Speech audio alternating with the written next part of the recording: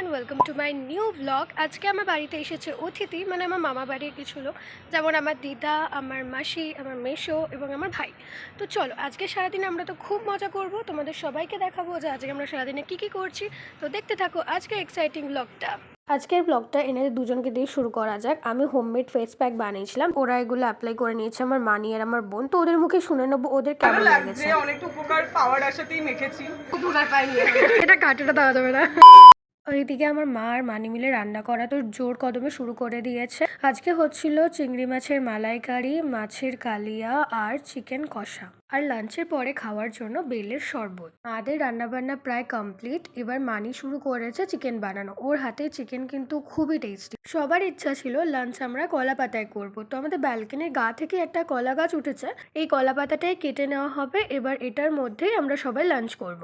কলা পাতায় কিছু খেলে খাওয়াটার মনে টেস্টটা আরও বেড়ে যায়, এটা তো আমার বক্তব্য। তোমাদের কি মনে হয় সেটা কিন্তু কমেন্ট সেকশনে অবশ্যই জানিও, তোমরা একমত কিনা সেটা জানিও। এবার সবার লাঞ্চ করে নেওয়ার পালা। টেবিলে যেহেতু সবার হবে না, তাই আমরা সবাই নিচে বসে খাবো। এটা খুবই বিরল দৃশ্য। আমার বোন ঘর মুছছে, যেহেতু এটা আমার বাড়িতে দেখা যায় না, তাই ক্যামেরা বন্দি করে রাখলাম। আমি লাঞ্চ করতে বসে গেছি। এর আগে চিংড়ি মাছের মালাইকারি দিয়ে ভাত খাওয়া হয়ে গেছে, এবার চিকেন দিয়ে ভাত খাওয়ার পালা।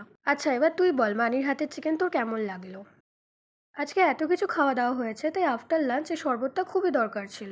খাওয়া দাওয়া করতে করতে যেহেতু বিকেল হয়ে গেছিল, তাই আমরা সবাই মিলে ছাদে চলে এসেছি। ও, তোমাদের সবার সাথে তো আলাপ করানোই হয়নি। এটা আমার দিদা আর এটা আমার মানি, মানে আমার মাসি।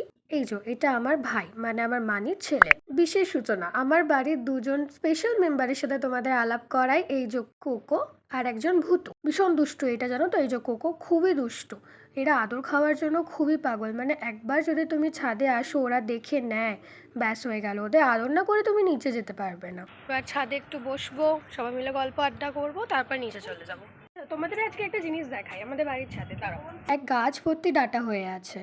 আজকে একের পর এক এগুলো পেরে নেওয়া হবে, কারণ এগুলো আর বেশি দিন রেখে দিলে এগুলো টেস্ট নাকি অনেক কমে যাবে। তো মা এগুলো দিয়ে শুক্তো, মাছের ঝোল কিছু হয়তো বানাবে। আমার তো খুবই ভালো লাগে সজনে ডাঁটা। তোমাদের কার কার ভালো লাগে তোমরা কিন্তু জানিও। আমাদের বাড়ির ছাদে এরকম অনেক ধরনের সবজি গাছ আছে। আমার বাবার এগুলো খুব শখের, জানো তো? খুব ভালোবেসে গাছগুলোকে বড় করে। তোমাদেরকে একদিন অবশ্যই এর ওপর ডিটেলস ভিডিও দেবো।